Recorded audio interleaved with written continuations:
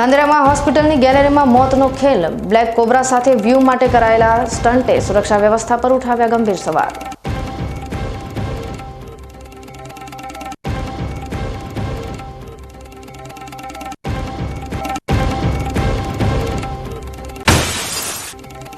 બનાસકાંઠા જિલ્લા માટે હવામાન વિભાગે આપ્યા રાહતના સમાચાર। આખું અઠવાડિયું જિલ્લા પર મેઘરાજાની કૃપાથી ધરતી હરિયાળી બનવા તૈયાર।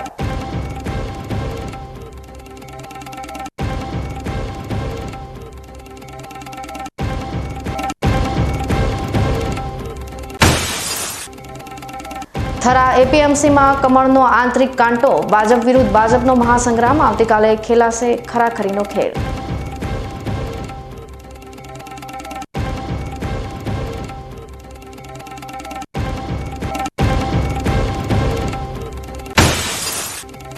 અને ધાનેરામાં સંબંધોના સેતુ સમાન રાવણા પ્રથા આજે પણ અકબંધ। આધુનિકતા વચ્ચે સચવાઈ અનોખી ગ્રામીણ વિરાસત।